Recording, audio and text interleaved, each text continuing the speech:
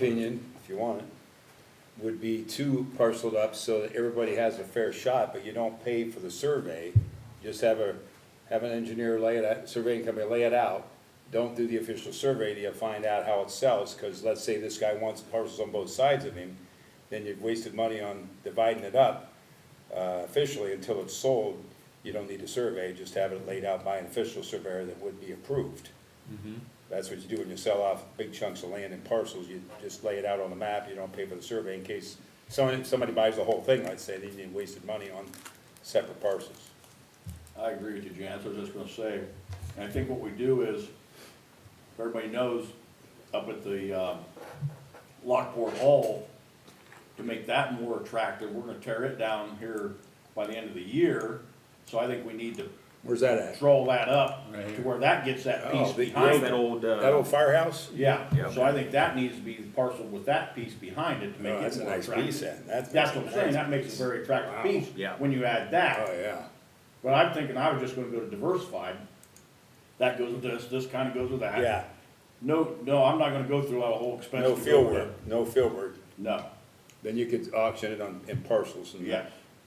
Yeah, that's, But I think that Lockport, where the visibility and everything is, that Oh, makes my. that a very, that's an attractive yeah. piece. that is a very attractive piece, I think so. Yeah, That's worth some money now. absolutely, that's what's. and I know that this woman's been trying to sell these two Now, for a while. excuse me, but access into Lockport, are you gonna be able to turn off the commercial onto that? Yeah, that's little There strip is? beside us Canal. is. Okay, city I just didn't know if that was, That's your entry right there? that's not an easy entry into, Or could you go off of that one? well, you don't have, is that road access back there? Where you are now? Clay man? is, Clay's but still a street, it's it's just not not very, developed. It's really. not developed road, Just No, a dead end. I mean, we haven't done anything to that road in a long time. so what do we do with that? We I give think that, that we'd be open to do something if there was a prospective buyer, for right, sure. okay, that's, yeah. I think it'd be awesome if there was no access out on commercial, if they had to go out. It's a that way. mess right there anyways. Right, I was you gonna say, it had, would be a nightmare getting in and out of you it, had an in and out there, and oh Yeah. my gosh. but it depends. I if think you our get- issue if- back there is. But if I you get like remember a right, drive-through operation, they'd want that access. We don't own that, I Some don't think in the commercial- back. Let's say No, a Dunkin' this is- Donuts goes in. No, I mean the road, I'm actually saying, Clay I got a Avenue. buyer. What's it say there? That whole area is, we don't know. Isn't that still what we're looking at with That's Goshen kind Township of- doesn't know if they own it, we don't know if we own it, no one knows. That's the other side of it. It's That's a a- gray area. Yeah, I've never known us to have it. Cause that lady's trying to get us to vacate that side on the right side Yeah, of I Second mean, Street. I'm just saying that piece there, it's just like, Yeah. I just don't think that, There's- but I mean, if it was one of our businesses, we'd be open to doing something. Yeah, that could be a real nice piece there. And if it is county, I would think they'd be interested in doing something, cause it's wasted land. But Mayor, is that over 43 parcels, right? It's all city? Yeah, Okay. yeah.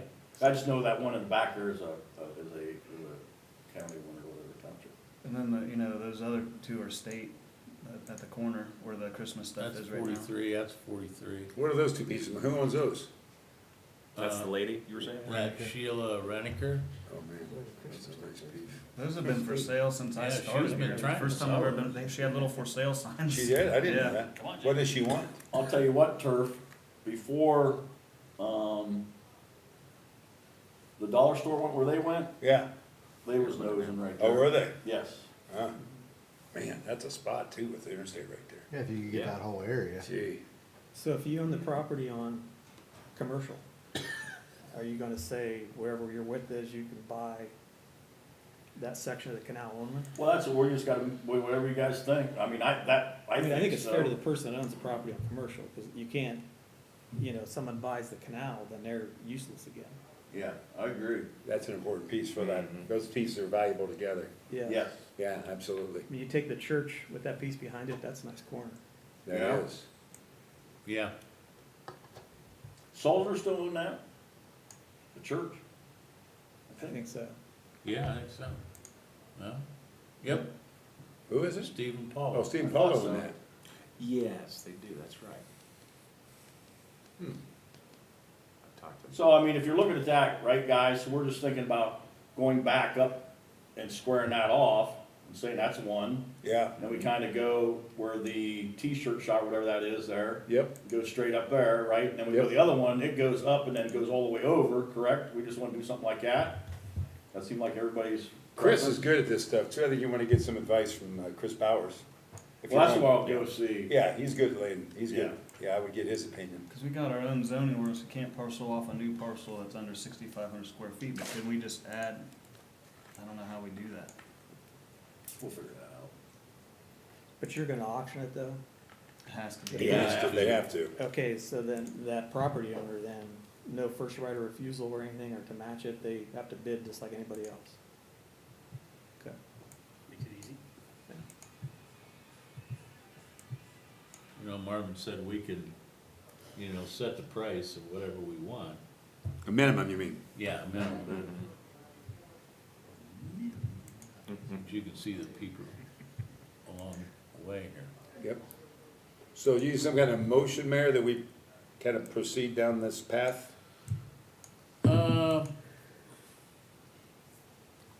Yeah, a motion to have the service director and, you know, pursue, you know, whatever method, we need to parcel it. Yeah, it's dead ground, so you do something, Yeah. and that way you can tell this business owner, yeah, we're looking, we wanna keep it. And then once, Show them once we're we willing have to that, try to we'll do bring it something. back here. Yeah, Hey, Jan, would that, real estate, I mean, would that be value to somebody to bid the whole thing? I mean, it wouldn't, would it?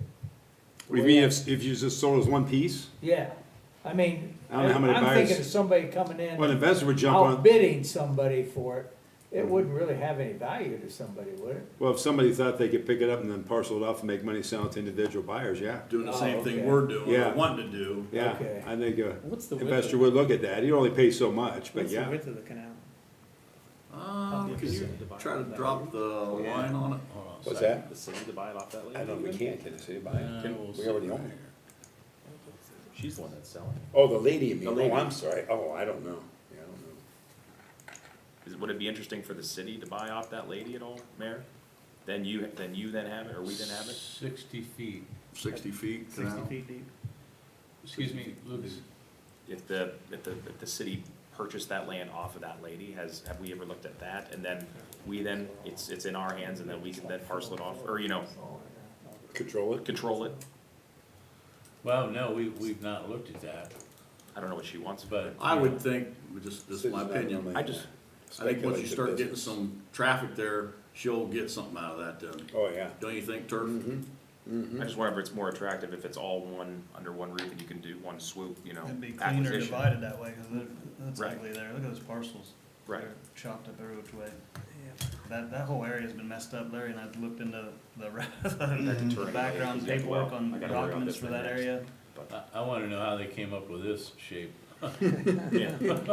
It's why not is it- clear what all was annexed in to the city when it used to be Lockport, and then it was a village before Lockport as well. We started looking back, counties I mean, have how- documents from like the 1800s. I guess, how are they allowed to take this chunk right here? There had to be a reason once, right? Had to be a Yeah. reason. Was there Hey, a structure Mayor. there? There's an address there, so at Before one time you- there must have been a structure there. Would you go all the way to the end so that I know what we're This thinking end? there? Yeah, especially like where the canal, should we keep it is what I'm getting, is that getting at? Keep Like, what all the way to the end Keep there. the lock? Yes, that's what I wanna know. Does it have a historic value?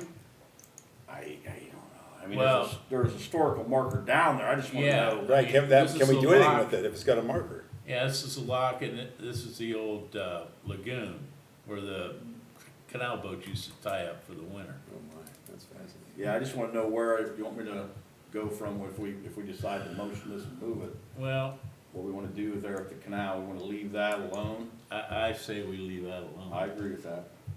because really it's useless. I mean, it's wet, this is Oh, is it? always wet down here. And even up the piece at the corner there, correct, leave it alone? where Yeah. that's what lock Yeah, is? we said you should take it as a park and make it a little pond. Supposed to be path around the- McInturf Park. Little, We had a guy weed whipping up on top of that one time and, really? yeah, right off the wall. I'm like looking back for the kid, like, wait, where's Joe at? And I'm like, What was the, He's looking up at me, he's crawling about. oh, there like, used to be a mill set up here. Was it really? Yeah, Yeah. Yeah, there was a mill there, You remember that? yeah. Yeah, the grinder, big grade You building. must be a lot older Yeah. than me. by a week. Not that much of a word. I think so. All right, just so I got my walking papers if we decide to do this, but Yeah. whatever. So, motion yeah, to- we need the motion to have the service director, explore parceling this up. I'll make the motion. Is there a second? Second. Okay, Lucas seconds. Any further discussion? All in favor of the motion signify by saying aye. Aye. Opposed, same sign. Okay, motion carries. Is Wendy on the line? Okay, Can you hear me? here she is. Ah, Okay. Well, we'll turn it over to you now. Can you hear me? I'm sorry. Yeah, we'll turn it over to Okay. you now. Are you done? Yeah, I'm done. Yeah, Hold you're- on. you're- Hold on. As soon as I start talking, your volume goes down. that's a good thing. Yeah. There we go. That Uh, popped back in. Okay. All right, let me bring up my, window here. Okay, hold on. We gotta get you up on the big screen.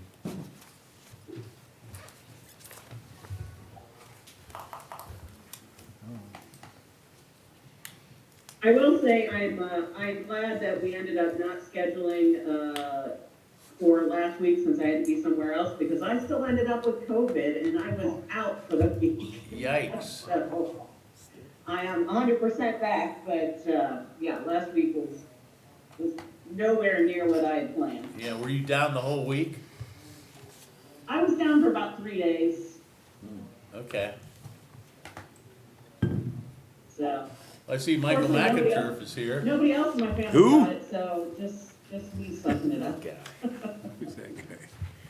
Wendy, we're an esteemed company. We have both the McInturfs with He's us. the handsomer young. Motion to adjourn. So moved. We had the last time they were there, we had them. Yeah. There you go, that's trouble. Well, That means we're gonna so, offset each other.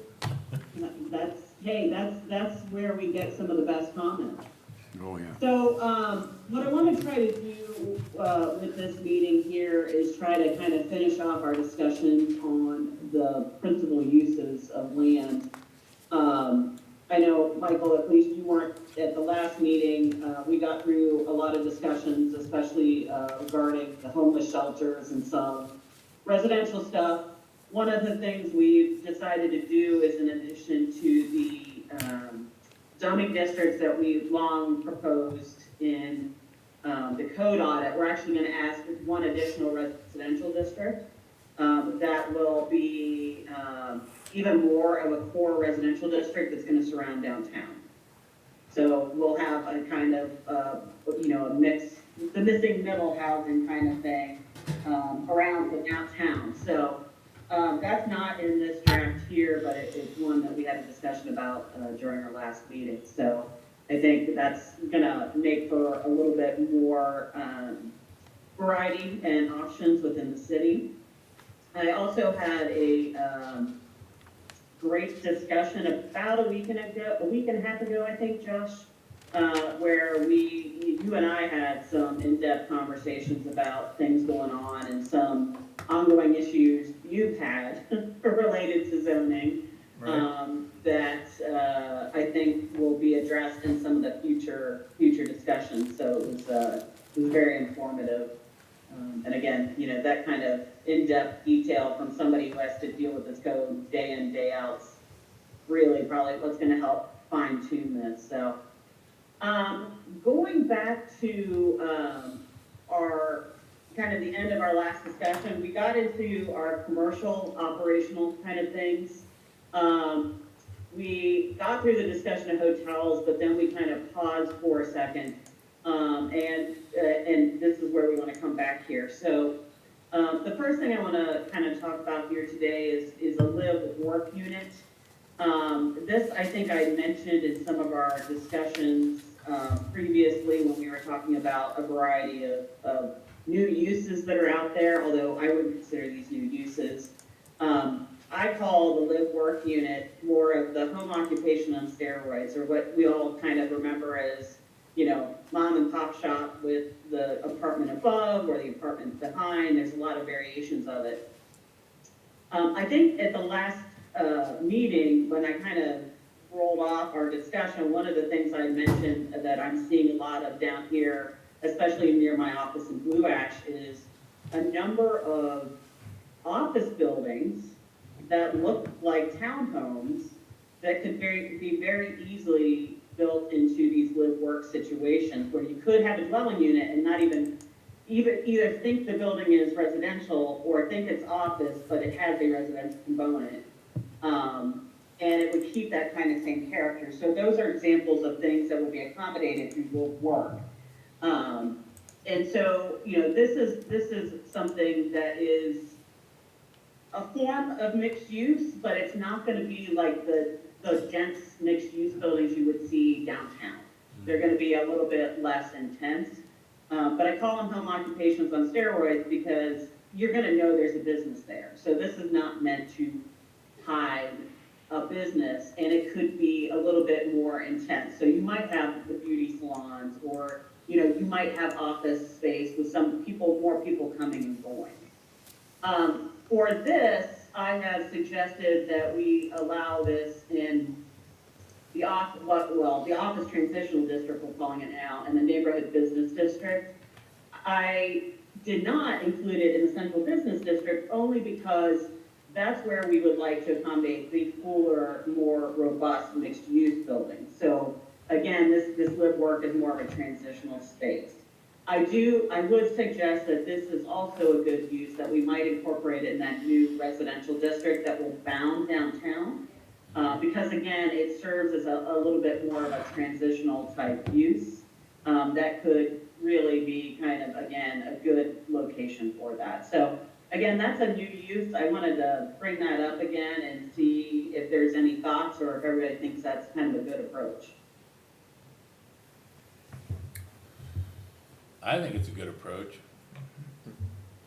I believe if the way she's explaining it, we could keep it the way that she's talking, like I get the fact that it doesn't look so intense, and maybe keep that look. I think it's a great way, but Josh, you're the one that's gonna be out on the, Well, I mean, boots on the ground I every just day. enforce what'll be there. I mean, I can see it working here as long as, we make sure parking's controlled, because that's always a hot topic in every neighborhood.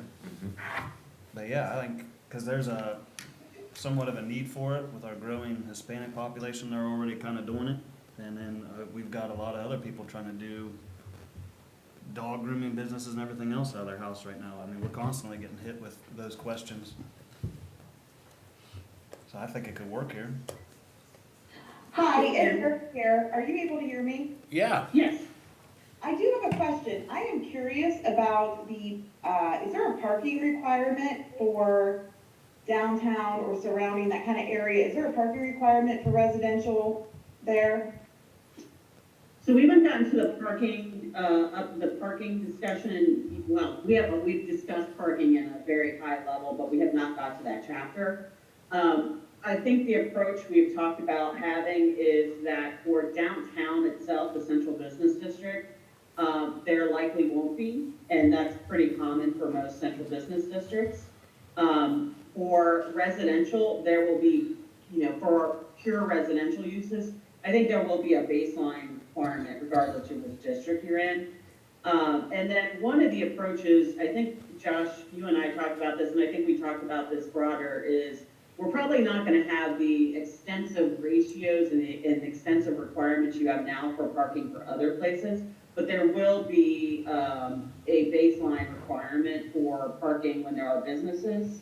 But we're going to give a little bit more flexibility to not require excessive parking, which is usually a bigger problem with Walmarts and the bigger uses and stuff. So we're going to kind of try to balance the need for parking and not try to do the parking for Christmas. So again, we'll have different parking requirements for these less intense uses than what's going to be for the bigger ones. So yeah, there will be parking. We're just not to that whole discussion yet. Okay, that helps. I was just kind of thinking through that whole broad picture. I know we'll get to that in a different area, but then this was an important, I just was curious how that works. So that's helpful. Thank you. Yeah, I mean, The big planning trend that everybody's talking about in my profession is, parking reform. And there are some communities that have completely eliminated all parking requirements. I haven't found that to be super successful to just completely go away with it. Although, most of the communities I'm working with have really ratcheted down their requirements. Because again, a lot of the parking requirements, especially the ones you have now in the age of your code, were written, again, for the 1 month that's gonna start on Friday, until Christmas, that's what the parking's written for. So, we'll kind of keep that in mind, but yeah, there definitely will be parking requirements. I'd be interested to hear what Michael McInturf has to say about this. Really? Okay, so yeah, I'm curious, have you actually defined the area that you're describing as this sort of perimeter not multi-use, but live work? So the live work would be allowed in multiple districts, not just this one. No, we have not. I actually, one of the other firm I'm working with on this, MS Consultants, is kind of working on a preliminary draft of a zoning map. But part of that work has entailed doing kind of a little bit of a cursory existing land use study, because we're going from one residential district to multiple. And we want to try to minimize non-conforming grandfathered uses, and so they're trying to take a look at what's on the ground. And then I think from the standpoint of like where this new district might be, I think we'll look and maybe have discussions with you about what really kind of sets apart that kind of real core residential around downtown versus kind of what we're proposing now is the R2. That R2 is essentially your current R zoning that allows single family and two family. And then the new R1 is what are the areas that would be only single family. So we haven't yet, it's kind of a work in progress.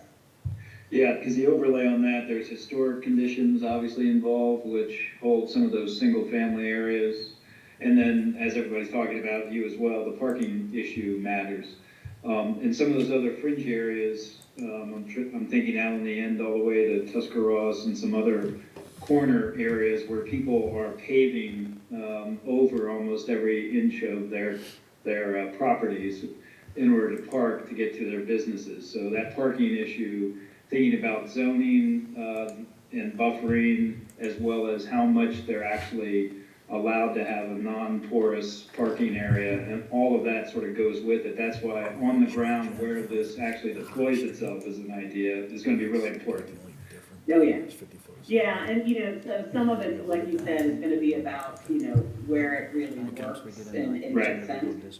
But yeah, some of it's going to be, some of it I think will be where locationally it should be, and how can we inform some of the other standards that we have. Is there on-street parking? Because if there's on-street parking available, then parking on off-site becomes less of an issue.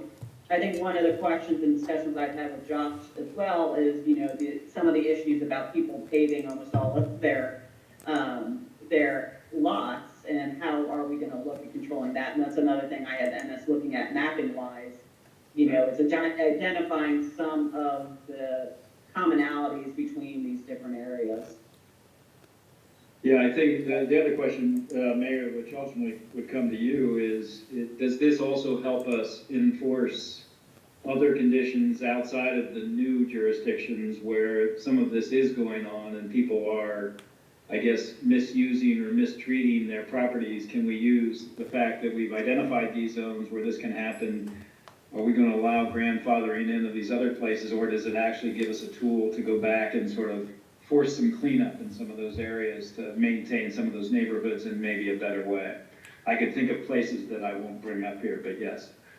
Yeah, so anybody and everybody who's doing something, if it's illegal now, so if they're running a home-based business that doesn't meet the current standards, they don't get protection, right? They don't get grandfathered with the new code. If they are doing something that is kind of unclear, which is not going to be uncommon, I'm assuming here. Right. That's not unclear, that was completely outright not allowed, but they've been doing it for long enough, they're probably going to get some level of grandfathering. So it may be more of a challenge to clean that up, other than that they have to stay in the same shape or better than they were, they can always improve, but if they get worse, then they start losing it. So I think that will lead to some very carefully written, non-conforming regulations. Again, another thing, that's been a topic that I had discussions, with, Joshua about here recently. So I think there's a little bit of that, but I also think there is some ability to be able to use this after this fact to do some educational stuff that says, hey, if you really want to do this, we've actually set up a place we would prefer it to happen. And long-term, I can see some transition. Yeah, no, and again, I think it's probably just about, does this present a better way so that even when they're in violation already, right? You can go back and say that these efforts are being made because of this. Does that give another tool to the mayor's team to go out and say, hey, this, we really can't do this. You've never been allowed to do this, but it's time to clean it up. Yeah. Yeah. But otherwise, I think it's a really good idea. I think it's really on the ground how it, as an idea, it works well. I think it gives that transition to the single family. It obviously offers more density closer to the central business district. That's critical, and we absolutely have to have. So all of those things are really pluses. I think it's just a matter of how we do it on the ground, how the streets are sort of worked out from a parking standpoint, maybe beautification standpoint, and how do you buffer those transition zones. It seems like those are also some opportunities that we could help clean up the whole footprint. Well, and I think to Joshua's point, one of the things, certainly, we can enhance the definition and stuff and give you even more clarity on, what are these compared to, home occupations or mixed-use buildings. But the other thing we could do is with this new R4 district, we're calling it very creative. One of the things we could do is, we could say, hey, listen, this is a use we would be willing to accommodate in the R4 district, but in that district, because we're blending in with residential, we could have some design principles for that would have it, have the buildings be a little bit more consistent with a residential feel, but not trying to hide that there's a business and that type of thing. And I think some of the examples and images I've shared with you in the code audit and stuff, some of them look a little bit more business, like they should be in a business district, but some of them, like I said, like Blue Ash, I don't know why we've got so many of these townhome office spaces. But if they didn't have the parking lot out front, because they're very large, I'm saying scale them down, you wouldn't know that in fact they're commercial or office space. So that's an example of where if that had been done in the right space, it would be perfect transition. Yeah, and again, I think you're absolutely right as far as it's showing how it could be done is sometimes, that goes a little further than the words of what can be done. So I think once you get your hands around whoever you're working with, that would be good to see what footprints they're looking at from a land use standpoint, because then the evaluations of how to best deploy this stuff, we could really look at those and offer up some samples. Okay. Hey, Jan, All right. I have a question for you, Jan. No. Like I think the piece that is different for us is from Rite Aid on down, how that has that 50-foot. I think that's what Mike was getting to, is all that pavement up to the building. Do we change that at this time? I mean, you're selling it, I mean, is that part of the reason, or it doesn't seem like it's really going from West High, from Tuscarawas Avenue to the tracks? You know what I mean? Is it time to change that? Because they put that zone in, especially when they did that. Of course, it's got that 50-foot set. The only place in town that has It's that. meant for like big, huge I'm things not- like that I don't know medical where we are, center. I'm sorry. Would be lined You up were like right, that. 5 points. Yeah, 5 On the points corner, to the- Rite Aid, all the way down has that 50-foot setback. That's what, everything has to be down back, where? Where's it going? all the way to the tracks on West High. Oh, that, yeah, we definitely want to change that, yeah. Okay, that's what I'm getting at. Oh, I'm Yeah. sorry, yeah, that, I don't know why they did that. That's You like mean a huge chunk of land to have Pull this that in massive from setback. 50 feet? Yeah, What you wanna do? and I think that's what Mike was talking about too, where it's just, all you see is pavement, that's all you see. And then that building sits back there. Right. And that's it, so we kind of beautify it a little bit, knock that down where it's just pavement and then building. I didn't know if you was having problems selling it because what they have to do is they push that all the way back almost to the block Right. ends, and then that's all you have. That's all you have. Most of those Okay. parcels don't have the depth to have a 50-foot Yeah. setback. No, they don't. Well, I just think we need to look at that, just so everybody Yep. knows. I think we do, because Mhm. I don't know why it was ever pushed that way or what, but we need to change that Right. in this I would, time. I would agree. Okay. That That's what entire I'm area is That's a where, lot, I don't know how it got that way. Yeah, that entire area has always been kind of a fear of mine, Fear. that as those houses start to, go out and new businesses come in and take over that part of the road, 'cause it makes sense, it's a nice corridor for business, that's the main entrance in from the highway, and I've been to other towns where there aren't the green spaces or the trees, and as you're approaching the downtown, it just doesn't feel good, so anything that can be done there, I think is wonderful. I agree. So, that's one of those things, you've got a couple of options, So that's one where you can just cut the 50 feet back and say, pick a number, you don't have to have a setback, or the setback's very minimal. There are other communities who take a much stronger approach and say, we really do want, in the long term, those buildings to be built much closer. And we would prefer parking to be built in the background. And so you go towards the form-based, and we had this discussion during my interview, but you go a little bit more form-based, and you say the maximum front building line is gonna be 20 feet, or whatever that footage. And then that says, okay, well, I can be, closer. So you can require that they build to line, a certain distance to make sure that it's closer to the street. So you've got the option to reduce the minimum where they would have the ability to put it all the way back.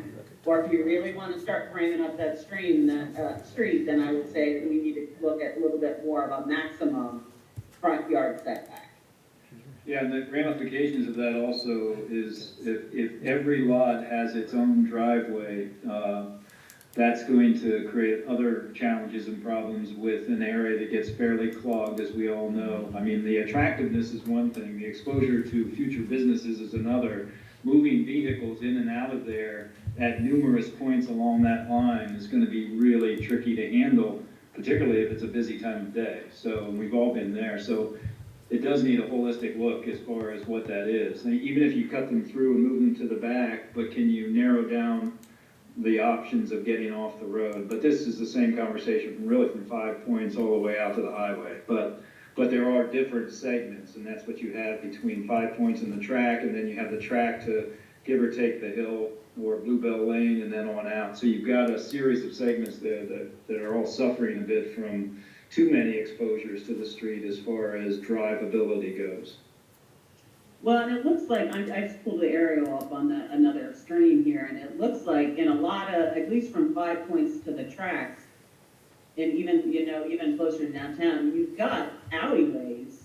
Yes, So you've got some rear access. where, Exactly. Again, the question, and I think I reiterate this every time we talk, the question is always gonna come back to how aggressive do you wanna be? Because you could just say, if you have an alley, then here's the rules we're setting forth. We want the parking and access to be from the rear. You're not gonna get a driveway, so we do, in the parking and mobility, we do some access management rules. And we look and say, if X exists, if alley exists, then here's what we're gonna have you do. right. And then, to reduce the ability or to reduce the amount of variances, we can work in some flexibility that, okay, we understand in some scenarios, maybe you have an alley, but it doesn't work or whatever. We can build some if this, then that. But there are communities that have taken a much more aggressive approach. That's also could be a discussion of where we might have like a access management / design overlay district. Because there are multiple districts along zoning districts that are gonna be around that corridor.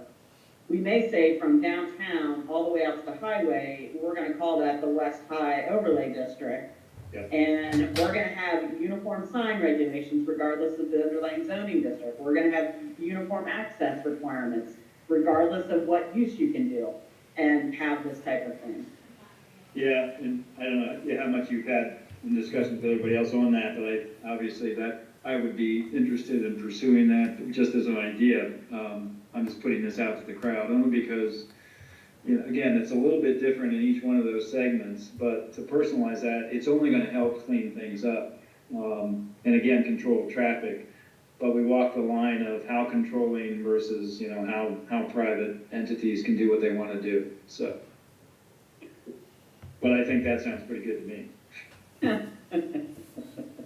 It's all about finding out what's gonna work best, and especially given the amount of change we're talking about in this planning and zoning code. Some of this will be, I always say, whenever you do a comprehensive update of your zoning, you need to kind of keep a real good eye on it for a year. Not that you aren't always keeping an eye on it, but, see how it really plays out over the year, and know that you're gonna probably have to make some tweaks, if there really becomes some problems, because we're trying to do what we think is best and what we think will work, but sometimes quirky things happen. Right. Well, now's the time a good time in my opinion, because you got Simpson who bought up several of those houses, and he's already said it's gonna be commercial at some point. Some point. You got two other guys I deal with on a regular basis who just bought 5 houses up, a few down, claim it's gonna be commercial at some point. They're just milking out their rental right now, so that is gonna be a lot more It's going business. that way, yeah. That's my thought. Well, and again, that's where one of the things we can look at when we get into the site standards for each of these districts is you might have, they can acquire all the properties they want, but we might have in the office transitional district that, because we want it to be smaller scale, or the neighborhood business district because we want it to be smaller scale, we can we can put a max on the building size, so that they're not gonna be able to build huge buildings in those areas if we're trying to keep a particular scale along, certain parts of that corridor. And I think, Michael, that goes to where you're saying different segments have Exactly. a different feel. We obviously wouldn't be doing that, out towards the highway where you've already Correct. got big Correct. slabs of buildings and parking. Right. No, exactly. That's the sort of incidentalness of each one of those segments as they change up and down, and really all the way to the square. That sort of linearity ought to be looked at. Hey, Wendy, Yes. to Erica's concern, as far as when you hit the tracks, start coming in town, in that area that we've been talking about, and dressing it up versus just curbs, sidewalk, building, I mean, can we get drilled down to, Like a streetscape. a streetscape that looks, and you tell me what that, 'cause I hear what Eric is saying, and I guess you kinda see it, cause that is the corridor coming in town, and where you have Verizon, McDonald's, 2 autos, okay, it looks like it does, but it's not attractive, but, now once we get over the tracks, can we try to address that, because it hasn't been addressed before? So there's a couple of things. One of the things we talked about, actually, I think, Michael, when you were there, when we were talking about all the different design principles is, the guidance I got was we definitely need to have a little bit more on the design elements and landscaping and architecture, not necessarily going like Hudson or Dublin or, the folks that go insane and really, regulate what kind of architecture is going on. But we can have a little bit. However, and we certainly can do landscaping requirements for parking, for lots, a lot of communities in commercial, there's not only the screening between, commercial and residential, or the screening of service areas, but quite often, in commercial districts, a community will require a minimum amount of landscaping, so put up a tree or two, it won't kill you, that kind of thing. That's simple enough. However, when you're talking about a streetscape, we certainly can put requirements of a street buffer per se. So within 5 feet of the street, you're required to put a tree for every certain lineal feet or whatever like that.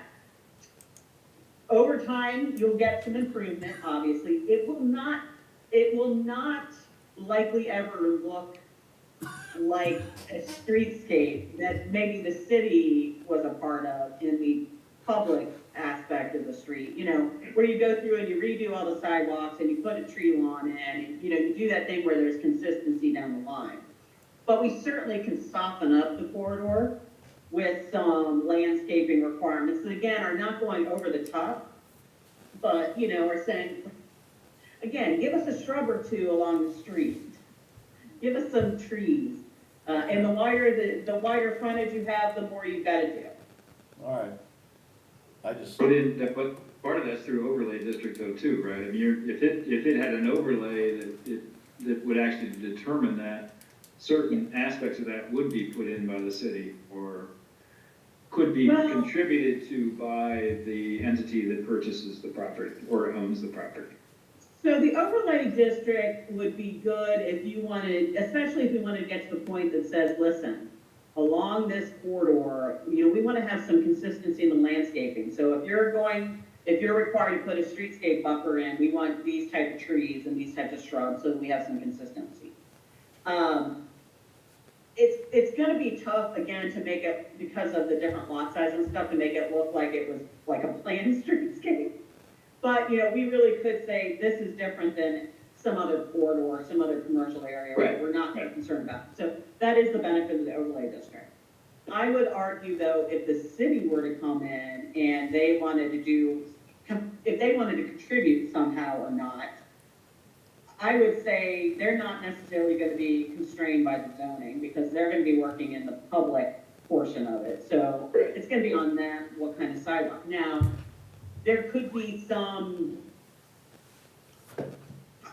I can't guarantee I've ever come across this, but I feel like it's not like something earth-shattering new, that somebody's probably doing this somewhere out there. But there could be some kind of relationship that the city has that, you know, the city supplements certain types of trees at a local nursery. And so while, you know, you are required to put in X type of tree, we've got a relationship with this nursery, so if you go over there, it's gonna cost you half than doing your own landscaping, you know, so there's, you know, to give some benefit to get the public to do it, you know, on their own investment areas, you are kind of subsidizing it a little bit through kind of those type of relationships.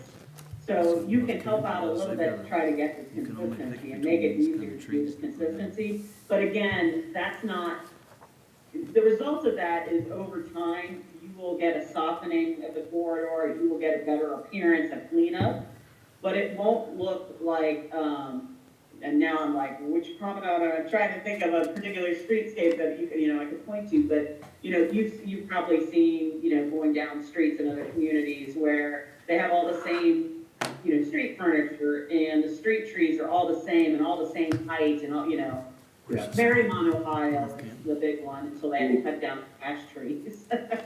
Yes, till the ash board came along. Right, but if you went down that main corridor, you know, that was a planned community. And so, you know, all of the trees were the same height, they were all the same distance, it was all very, you know, rhythm. You're not gonna get that without the city intervening on it, but you certainly can get you halfway there. Well, I think this applies to all of those zones coming all along West High. I mean, you sort of have Las Vegas down on the end in the whole strip, right, as you're about to enter the highway and cross the river, versus this, which is not gonna be probably Marymount, but it could have something in between, right? So it's the scale, it compresses the whole highway or the whole street. Then you hit 5 Points and you go into a different district that actually probably re-inflates because some of those businesses that are set back off the street, where Dagwoods and all of that is. So there's a little bit of a difference all the way along, but I don't think it's looking for an idealism from the 1900s necessarily, but I think that you could sort of take each area as an area and try to come up with a way to handle it. Sorry, we're going on and on. We may talk all day, Mayor. Sorry. Well, but it gets to some of the sections we're going to be talking about next, which is what I call the pretty picture chapters. We're talking signs, we're talking landscaping, we're talking parking, the fun stuff. Okay, All right. Okay, well, so if we keep going down, so the next one we have is medical, dental clinics and health centers. This is not, hospitals and the like, these would include like urgent cares that you see now, pop up in commercial areas and stuff like that. These would be permitted in all your business districts. I also suggest permitting it in the institutional district, because quite often there are office and medical offices that are on the same lot and same sites as hospitals. We just see that more and more. Medication maintenance facilities or dispensaries. This has become a growing discussion amongst communities. I only put it in here for a discussion point. These are not medical marijuana, nor would they be, recreational when that comes online here shortly. These would be like the plasma centers and things that can become an issue for communities, but that we're obviously seeing more and more of. So this has been a term that especially in county seats where you have services, we've been bringing up. What about, And Wendy, what about a business that does pharmaceutical compounding? They make, I would imagine, special mixtures. I would imagine that that would fall within a normal, like, retail pharmacy where they're doing, traditional type, like a Walgreens or something like that. Okay. I don't think there's anything preventing a Walgreens from doing compounding. They're typically treated the same. Okay. Erica here. In some of the communities I've been in Tennessee, and I'm just trying to figure out if this is kind of what you're getting at.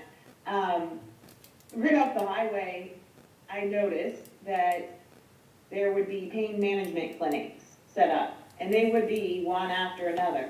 And they weren't, I know our laws and stuff in Ohio are a bit different, and it works to our advantage. It's a sad situation in Tennessee how some of that developed. But is this that kind of thing that you're trying to prevent from happening?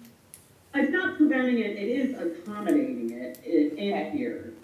It would be, however, I will point out that, the laws are a little different in Ohio, but the laws have changed a lot since those went in. I know exactly the kind of example you're talking about, and those all popped up when we started having the opioid crisis, and they really, started to like abuse the situation. So we're not seeing that kind of situation where they're like right next to each other.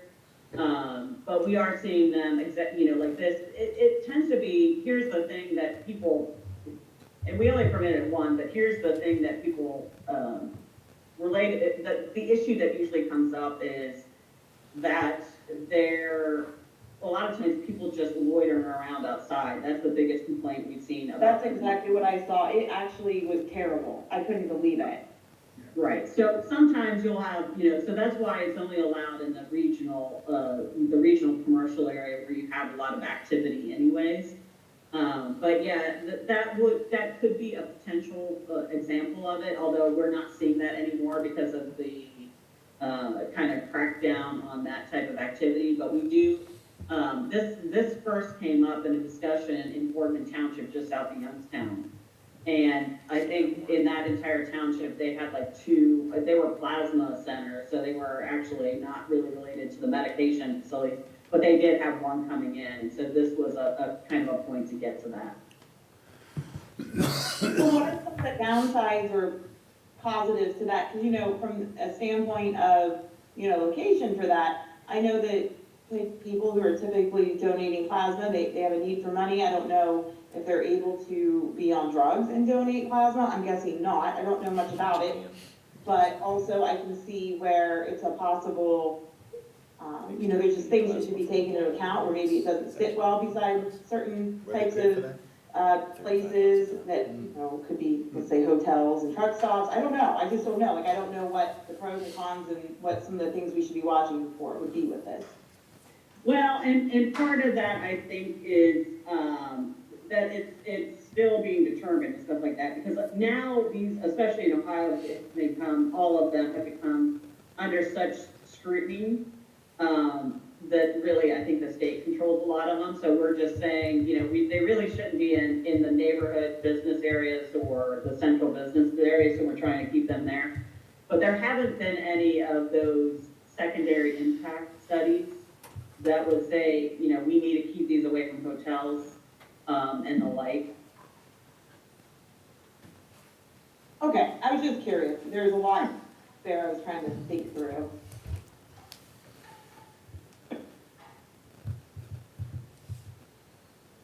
All right, moving on, everybody's favorite microbreweries, microdistilleries, and micro wineries, they are the hottest thing still. So we've called these out. I've been calling these out in communities because there's two forms of these. There's that production heavy with a little tap room as part of it, and then there are the ones that are almost more restaurant that have a little bit of a production facility. And so what this does is it sets out that if you are primarily a restaurant or other kind of food service area, and you happen to have a little bit of a production, you can be located in the commercial districts. If you are primarily production and you want to have a tap room, you can be located in the industrial. So it kind of expands where these can be. I have made it conditional in the office transitional district because, again, it could be fitting depending on the particular area. Does it matter by the number of employees on the manufacturing side of things? Is that where they draw the line for which one's which? Let me go, hang on, I keep flipping back so I can see who's talking. So we have it here that it's the floor area dedicated to being used. Square footage. Rather than employees, because the employees, you know, may or may not vary depending on it. So if the majority of the floor area is dedicated for the restaurant service, then it could be in the commercial district. Gotcha. Yeah. Okay, thank you. Yeah.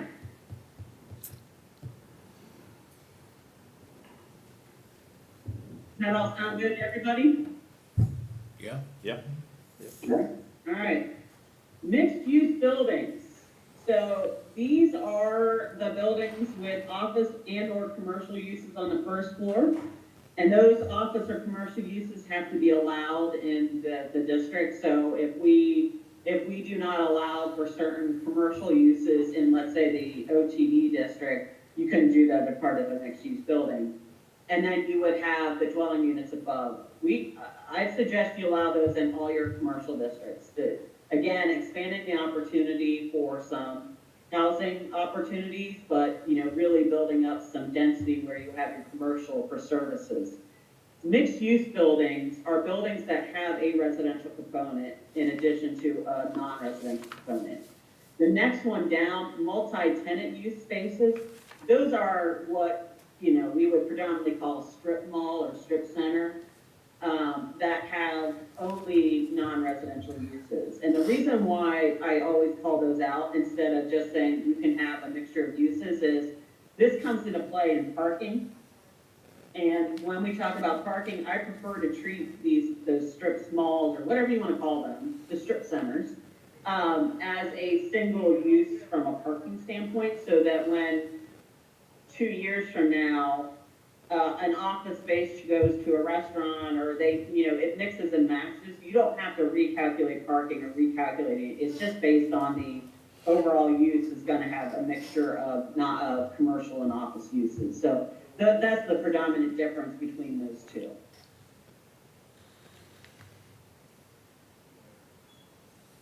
And again, with mixed-use buildings, these are supposed to be a little bit more, like higher density or more intensity than a little more. Any questions or thoughts? With the permitted with standards, I mean, where do we lay all those standards at? Because, a mixed-use building standards is gonna be a little different than something else with permitted with standards, so is that gonna be at the end of each section kind of deal, or? So the way this is formatted is all of those standards that we talk about are immediately after that table. Okay. Now, I could talk, we can do things where it would look a little quirky, but we could do things where we break this table down a little bit more and like, you know, we list each use and then immediately after it is any standards that would apply. It's gonna expand the number of pages this takes, but, you know, you would look across the, you know, you would see a whole bunch of different tables for each individual use. But yeah, these standards we're referencing here are built in immediately after the table and are in the draft you have. So, you know, here's the ones we have for the mixed use buildings. Again, this is not tied to the site standards like minimum lot area or maximum building space or you know, the density or anything. That will be coming here shortly. Okay. That's what I've been working on.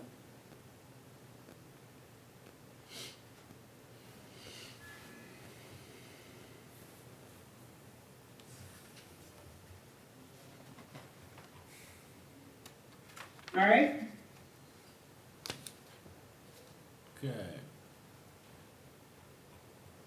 Nursery schools and daycare centers, we have these, permitted with standards in the office and in the regional business, and then conditional in the neighborhood and central business. And I actually, you know what, I should probably permit those, I'm gonna change this here already and say permitted in the institutional, because quite often they are part of a church or a institution.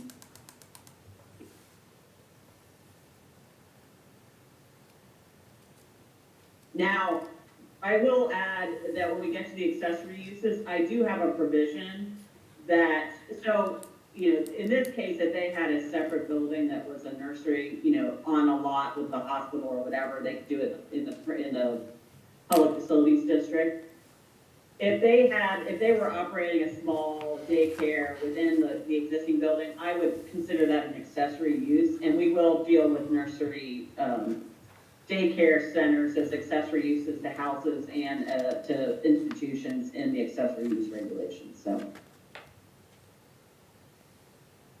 Personal services, these are your beauty salons, your nail salons, you know, anything that is providing a personal service to you. Again, kind of a traditional commercial operation that we're allowing in all the commercial districts. Restaurants are permitted in everything but the office transitional district. I think that's pretty consistent with what you have now. Retail businesses, the same. Taverns and bars, we have them permitted in the regional and the central business district and conditional in the neighborhood. Only because, again, sometimes they have outdoor dining and outdoor entertainment that you'll want to look at on more of a case-by-case basis. Theaters, the same, conditional in the neighborhood business district, because again, it's going to come down to size and how it fits in with the neighborhood. And then permitted in regional and central business district. These could be movie theaters, these could be production theaters, it could be a wide range of things. Vehicle sales and leasing would only be allowed in the regional business. And then vehicle washing, I would suggest being conditional in regional. I don't know why. I don't even understand what the market is for car washes, and I don't know if this is happening in New Philadelphia, but other communities I've worked in, they are just popping up left and right. I don't know if everybody's just obsessed with their clean car or what's going on. We know something about it. Speaking of that, I'm seeing more and more of those, so go figure. Any question on those commercial and office uses? If not, we're gonna go on and talk about the industrial uses here. So these are pretty self-explanatory and almost all are only gonna be allowed in the industrial district with a couple of exceptions, and I'll kind of talk about this shortly, but we have bulk sales, storage, or distribution. This could include bulk grain. I think there's a silo down by the tracks and that type of thing. Yes. Contractor equipment and storage yards, obviously something that has a lot of outdoor storage, a lot of fleet vehicles and the like. Food services, these are catering kitchens, what we're seeing now is called ghost kitchens, which is, people are running essentially a full restaurant without any seating. And, they're producing all their food, and then they're either taking that out by food truck, or there's all kinds of different ways they're doing it. So those would be allowed. Industrial service uses are uses that are servicing the industries and businesses, so your machine repairs, and those types of service uses as compared to like personal services. Machinery and heavy equipment sales, leasing and service, all of that would be allowed. Outdoor or heavy manufacturing is a conditional use, so if there is, you're gonna be allowed to have some storage of your materials outside, but when you're actually doing manufacturing outdoors, or you have something that would be classified as, heavy, so, if you're doing something with caustic materials, that would be a conditional use. Otherwise, indoor manufacturing, production, light industrial, is permitted in industrial. The reason why I have suggested it by the footnote as conditional in, the commercial is some communities, and I would write some standards for this, but some communities are now entertaining, small scale artisan, kind of industrial activities, in their commercial businesses, like welding of art, like welding as an art, and doing those type of things, where they could have a small welding facility, in the back of a art showroom. Certain types of jewelry can be that kind of thing. So that is something that can be kind of hard to wrap your mind around, but, is why I said maybe you want to consider that in some of your commercial activity or commercial districts. So I'm gonna pause here and open that up for discussion.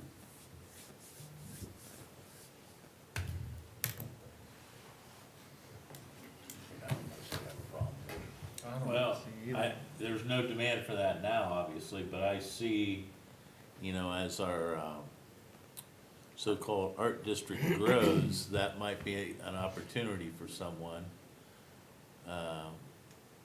Because if there's, if we have jewelry makers or, sculptors who use metal, maybe Erica, you can weigh in on this more than me. That's a possibility. Well, I think you look at Patrick Buckhorn, Yeah. Orion downtown, that's sitting in some type of district there in Canton. So, yeah, you're right, I don't know if the demand's there now, but again, this was done again, 45 years ago or 50 years ago, so probably try to address some of this stuff, try to get ahead of it, I think. It might help I the know a art big district thing right grow. now is like glass blowing and having some of those different things. And all of this stuff, I'd love to see all of these things come to our city. My big thing when allowing these types of things though is to think through like, okay, what would be the negative if there is one? I hate thinking about negative things. You guys know how I am an optimistic person, but some of the things in this regard would be, just making sure that we're able to control if somebody is doing welding, there can be, scrap and things like that moving in and out. Just kind of thinking that through, how does that get managed? Is it not likely being managed in zoning? So I'm just thinking through, I think it's great, I'd love to have it, I'd love to see it and encourage it, but also as that comes, there could be situations where people abuse that type of thing, or, managing it. Well, one of the things, I don't have it in here, but probably one of the things I would do if you want to allow for this is put in a standard that says that it can only be a very small percentage of the floor area. Again, that this isn't the predominant use of it, but it is a component of the principal use. So, if you are doing welding, it's not a majority of the floor area. But that is also, to Erica's point, that is why I suggested no matter what, whatever group of standards we have, that it be a conditional use, so that the planning commission can look at these uses on a case-by-case basis and look at the building it's in, look at the surrounding properties, and so there would be a public hearing and review, and the planning commission could put all kinds of limitations on it based on the individual uses and in the individual situation, instead of us trying to think of every scenario that this might come into play. Yeah, I think it sounds great. I think it'd be great to be flexible with this.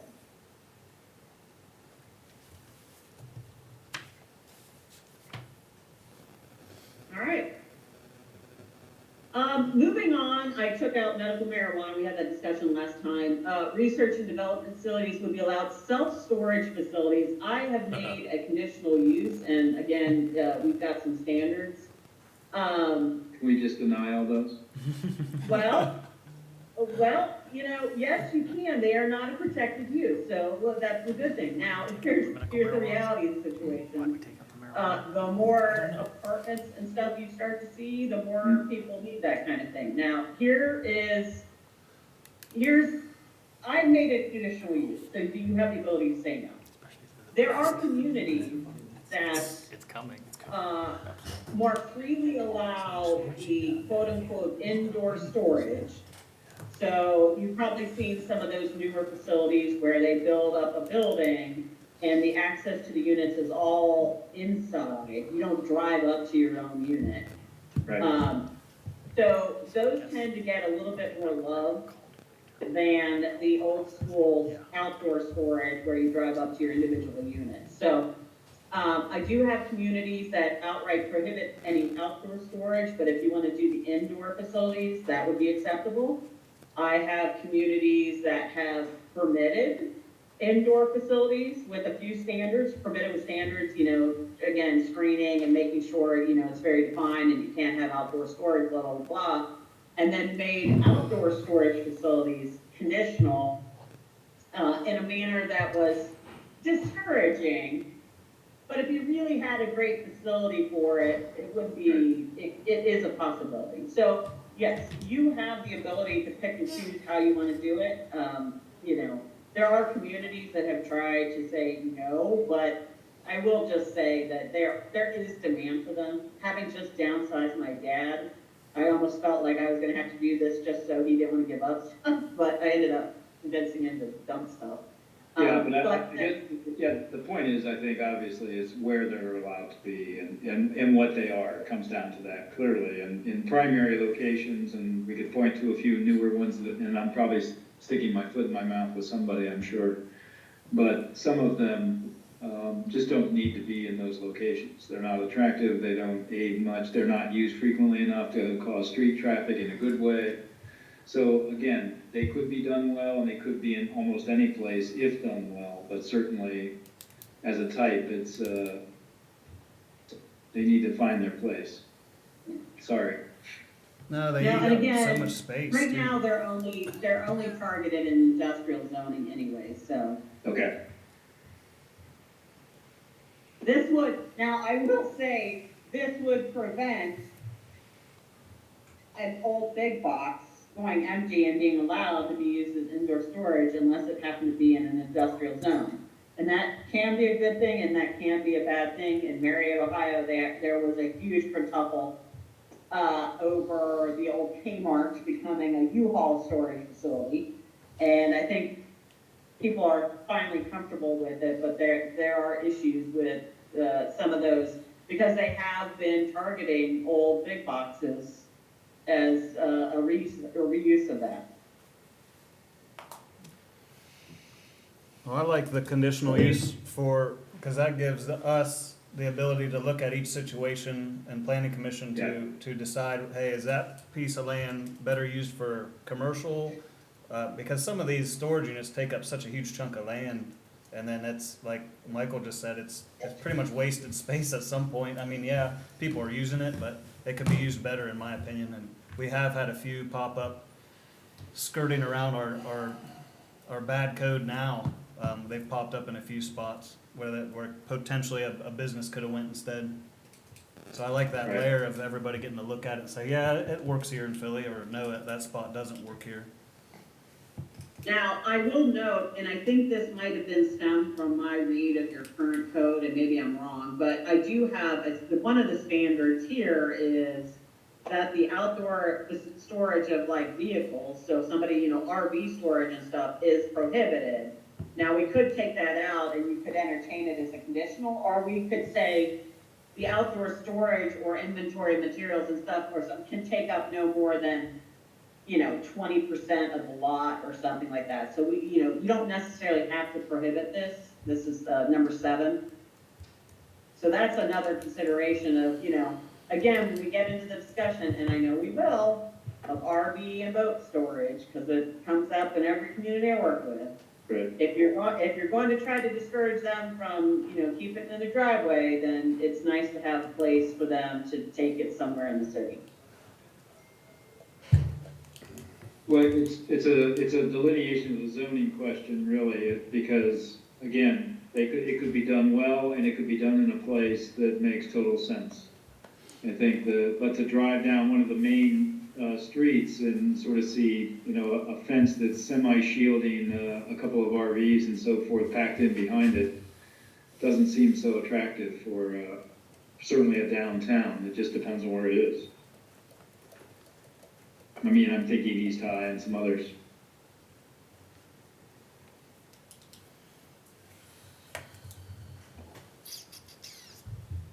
So strategically, it's a question on the zoning side. Yeah. So what do you want to do? I mean, if it's already tied into an area that, moving forward, that we're gonna have to, this group's gonna meet and decide anyhow, I mean, I think the open parking maybe should be so far off the road. like in the back part of it. Yes, to where you're going down, Oh, yeah. you don't see it right there. Make it be so far off of the main drag that it's not such an eyesore. I'm thinking off of Third and Dover over by, that brewery, theirs are all kinda in the back, tucked in the Right. hill, you can't see them. Yeah, All their buildings are kinda out front. it helps a little, yeah. So can we do that? Can we make, standards, so to speak, for the outdoor stuff? I mean, Yeah. Yeah, this is one of those great uses where you've got the flexibility to really make the policy that you want to have and establish where you are open to certain things and where you're not to others. So for example, I could change this, like you're talking about, I can change this outdoor storage to a point that it has to be in the rear yard, it has to be screened a very specific way, it has to be, X 100 feet off of the street, and, that kind of thing, so, that it will reduce the amount of places it could potentially be, but that it's still a possibility. If you have an example that you've done something like that before, maybe that would be a good thing to show the commission to see if they could find it, because I think in spirit that makes sense. At the same time, Yeah. trying some of these transition zones, particularly where there's an older building, and it's better to be in some kind of use and stimulate some kind of business versus not used at all or falling down. So it seems like we want the option, or the city would certainly want that option. So, not to get ahead of ourselves, but one of the, you can kind of see it down here at the bottom here. One of the uses we have in this that we'll talk about here next is the adaptive reuse of pre-existing buildings. Mm-hmm. That potentially, for you say, for example, an old building that is in the middle of not an industrial zoning district where outdoor or storage is allowed, if it can't really be reused easily as something that would be allowed in that district, they can go to the zoning or the planning commission as a conditional use to seek adaptive reuse of it. Mm-hmm. So we've got a provision that would ease that scenario versus, what we're saying for the new storage facilities, we prefer you to be an industrial. I just hate to get rid of the outdoor storage, because it will pop up, like she said, everybody's yard will start having camper, boat. Right, yeah, yeah. That'll happen, because they'll say, what am I supposed to do with it? But you also get the argument that, yes, I know I just spent $90,000 on this big beautiful RV, but now I can't afford to store it in storage. I mean, right Now, now, we have, yeah, what, I mean, one on I a have all residential kinds of lot? examples of this. This is just one of those things that really does vary. But yeah, I can certainly put in some standards for outdoor storage that I think should apply to industrial.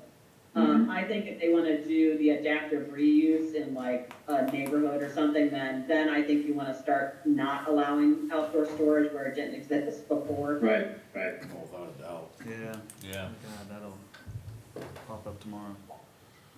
Yeah, okay, perfect. Truck terminals and warehouses, I think those are, pretty standard ones.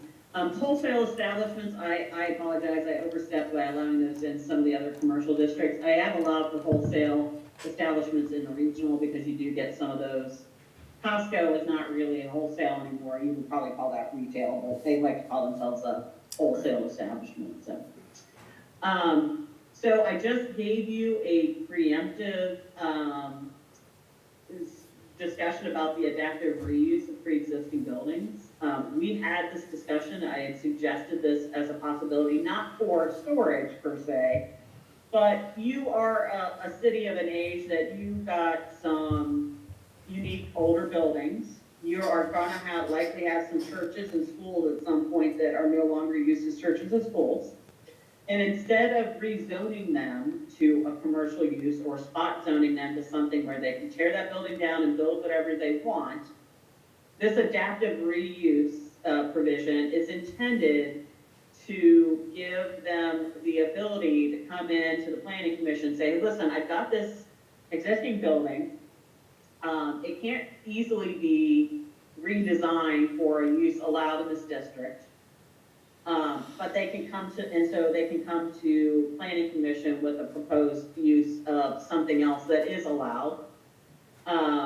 And so, example number 3 here is the use that they want to use has to be allowed somewhere in the city. So they can't come in and say, I want to do medical marijuana here. Well, no, that's not allowed. So, the planning commission is going to look at it from a minimal impact. They're going to look at it from the conditional use criteria. And then very clearly, though, if the pre-existing building is demolished or damaged more than 60% of the market value of the building, then the remainder of the building has to be demolished and the adaptive reuse approval shall expire. So it's tying things to the existing buildings while they remain, but that doesn't mean that if they tear down the building, they get to rebuild something of the same use. So this gets around like use variances and the like, and gives some control to the planning commission over these uses. I like that. I like it too. I think this is a really great tool for communities like New Philadelphia. Again, you've got some really great buildings out there that are probably not in their right zoning just because of when they were built, and that's fine, and this just gives them kind of an opportunity, so.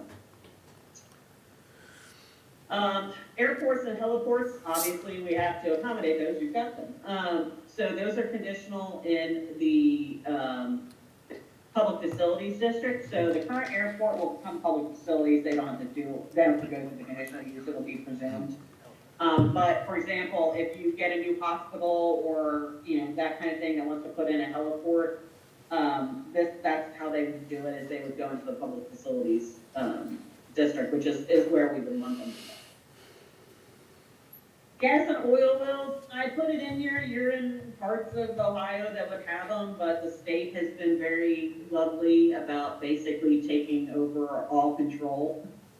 So, I gave you some standards that you're allowed to have, but otherwise you kind of have to, I'm not sure how much of a demand there is for it specifically in New Philadelphia, but it is something to be addressed. Mineral extraction, same thing, would be conditional in industrial. Rail yards and rail service, of which you have now, your rail yards would be in industrial. Recycling centers I've allowed for in industrial, and then wind energy systems. To me, your current regulations, I was not very clear if they were intended to require that the system be a principal use, or if it would be accessory to another industrial use. So I wanted to ask that question so I get a better idea of what you're trying to accomplish with your current wind energy system language. Well, that legislation, Wendy, came about, to reaction, of, the Schönbrunn Inn, started erecting a wind turbine, and we had no provisions for that in our zoning code. So, we shut them down, until, they got building permits and things like that. Then the legislation that we adopted puts a lot of restrictions on where they can be built in industrial areas, and then there has to be a fall-down zone. So that's the extent of it. We decided that if someone else wants to put one up, it's going to have to be in an industrial area with enough acreage for a fall-down zone. So that would be for the wind turbines that are on their own individual poles, correct? Correct. Have you not, so you're kind of in a quirky area of the state, you're not Bowling Green with the wind farms. No. You don't have, and until the state comes back with their tax credits for this, there's not a huge push for wind energy systems in Ohio quite yet. But there are, I will ask this question not from the standpoint of permitted principal, the uses. I'm probably gonna move this somewhere, because it's really not a principal use necessary. It probably would be on the lot with an industrial use. Or it could be, I guess. But what about if somebody wanted to do, we are starting to see smaller wind turbines that are roof mounted. Yes. That are not on the poles and stuff like that. Is that something that you think you want to accommodate or be open to? If done in the right design? That's a question for the planning commission. I What do haven't you seen all too many think? of those. What's Hard that? to imagine. Yeah, I can't imagine guess. what they look like. Can't imagine it wouldn't be an eyesore. You're right, yeah. I would, As long as they're not eyesores. right. Yeah. Can't imagine how they It's would. hard for me to Well, imagine. Don't know. What's to an be honest, eyesore? The majority of places I've seen them, one, again, right now, that our taxing situation isn't really conducive to them. The last time the state provided tax credits for wind energy system, I saw a lot of applications for these type of things. I guess people were like, let's give it a try. But I will say the majority of communities that entertain them for like roof mounted would only allow them in industrial. So because you've got the bigger buildings where Yeah. they could be on top of the roof and, producing some energy. Most of the things you see on a house are solar panels anyways, not so, I don't see too many. Well, I've Turbines. seen residential wind turbines, but they're not bladed wind turbines. Yeah, they're more like the. spiral. Yeah. Right, Yeah. there's cylindrical in there. Yeah, Yeah, I think they're called horizontal systems. yeah. Yeah. Like art. But, I mean, Not so much. limit them to industrial areas? Yeah, again, Something of that's that. actually you can do, yeah. Yep. I mean, I wouldn't see that being a problem if it was on an industrial Industrial. building, and it's Yeah. producing energy for them, but. Agree with that. There's some that are blades. Yeah, so we just limit them to industrial areas. Cause if you start allowing the ones on the poles like Sunrise, they'll have to take up huge areas of land for the falls and all that. Right. Well, what I'll do is I will include that in the accessory use discussion then. So you'll see that, I'll draft something up in that and put that in Okay. Oh, there. Okay. Interesting. That's what I have. Solar's a little more prevalent anyway. Don't put too much out. More than wind, for sure. Yeah. Yeah. All right, well, that gets us through the principal uses. They won't want to side, they won't pay for it. That's the problem. Location. Any other general comments about that? I say keep the standards like you have them. I didn't mean to Starbucks. have them after the table. I like it that way. I'm sorry, what was that, Joshua? The standards, keep them how you have them. I didn't, when I asked earlier, I didn't mean to scramble it. I just had a brain Oh, lapse yeah. there. I mean, there's all kinds of different ways we can format it, but yeah, those standards are immediately after Yeah. the table. And right before the table, we say that this doesn't exempt you from the site standards, like the lot area and stuff, all of that's gonna be set for the district, so. With that, if I am correct in my recollection of the regular planning commission meetings, your next meeting is December 12th? Second Tuesday. January. Yes, it's December 12th. You're not having December? Second. So moved. If we need to continue, yeah, we're having one. Sorry, guys. Well, I was gonna suggest, because I have that date open, that we have it and we just keep plugging through the zone. Yep, I'm all for that. 12th at 1 o'clock. Whatever time you want. So Wendy, could you describe maybe where you are in the process, where the end game is and where things? Well, the end game is always hard, because some of this, like this took 2 meetings to get through. And so, I would say we're about halfway through. I am working on the next series of chapters. I'd actually hoped to get them out before this meeting. Not that I was thinking we would cover them at this meeting, but COVID decided. The worst part of COVID for me was I had like the worst headache for a couple of days, and there was just doing nothing. So my plan is here probably early next week is I'll send out the next series of chapters. There's probably 2 chunks of chapters that are going to come out. I think the one remaining challenging section, and it is for every community, is accessory uses. And Joshua, I can see you. This is one we've had a lot of discussion about, and it really has nothing to do with like,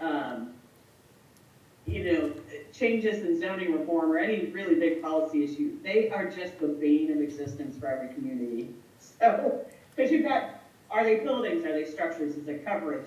We had discussions about fence setbacks. So that will probably be what we're going to tackle next time. Okay. So I think I think we're about halfway through, and I would say we're probably looking at at least 2, if not 3, maybe 4 more meetings of the planning commission, and before we have a complete draft with revisions and all that stuff. Okay. Now, I've got a Leadership Tusk event at 12:30, so Ron and Josh can start the meeting for me. And I'll join in progress when I get back. And Michael, if you would like, I can send you, if you haven't received the draft, I can send you the draft we have. Yeah, I guess, timing wise, it's really just wherever you are. I'm trying to, Mayor, we talked a little bit about picking up the next iteration of the vision plan and trying to see how far along this is so we could actually, incorporate all of this into even some of the discussions today that we're talking about. So, or what's the best way to start to tie into you, even now, so that we can put it. And maybe Michael, after this, I can send you an email or something. Maybe we can find a time to chat, because I would like to see some of your, because I think you had some maps and stuff where you were starting to break down that corridor. Yes. Into the sections. I might take a look at that, because based on, this has actually been a very good meeting from the standpoint of talking about the possibility of an overlay district for this corridor. It wasn't something we envisioned in the code audit, but that doesn't prevent us from doing it. Or prevent me from writing that. But it might give me an idea of how best to incorporate some of those principles. I think you're already thinking about from a design standpoint, how we could roll that in here. Right. And then bring about some of the things that the planning commission mentioned and staff mentioned about the landscaping and streetscaping design. Right, okay. Does that sound okay, man? Yeah, that sounds fine. Okay. All right, so I will be sending you all some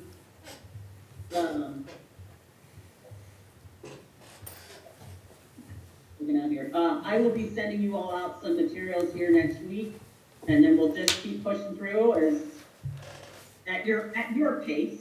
I'm not trying to rush you through this at all. We will get through it, and we'll just keep moving forward. Okay. All right. Happy Thanksgiving, everybody. Thanks, Same to Wendy. you, Wendy. Thanks, Thank you, Wendy. everybody. Thank you, Wendy. Thanks, Hey, Joe. Michael. Thanks, Thank Erica. you. Bye-bye. Okay. Any other business for the good of the order? If not, is there a motion? to So adjourn? moved. We're adjourned. I saw a new pizza spot's going in. Who? A new pizza spot's going in across from the school. Yeah. Russo's or Russo's? Russo? Russo's? Yeah.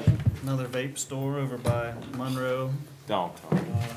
that's number 5. Tattoo, tattoo. Can we another oil cap, change? can we cap those, please? Can we? Tattoo oil change, storage units? Here you go. I really, I don't think really that don't car like wash this. I is didn't like the new one down by that Menards, we haven't next heard. to. Dave just died. I don't think, They had to do a level mark. The only way to shut him down is to blame Yeah, him. River? yeah, he will. From the river part, and they went to do that. And, first I already had that. Mr. Kinsey, happy Thanksgiving.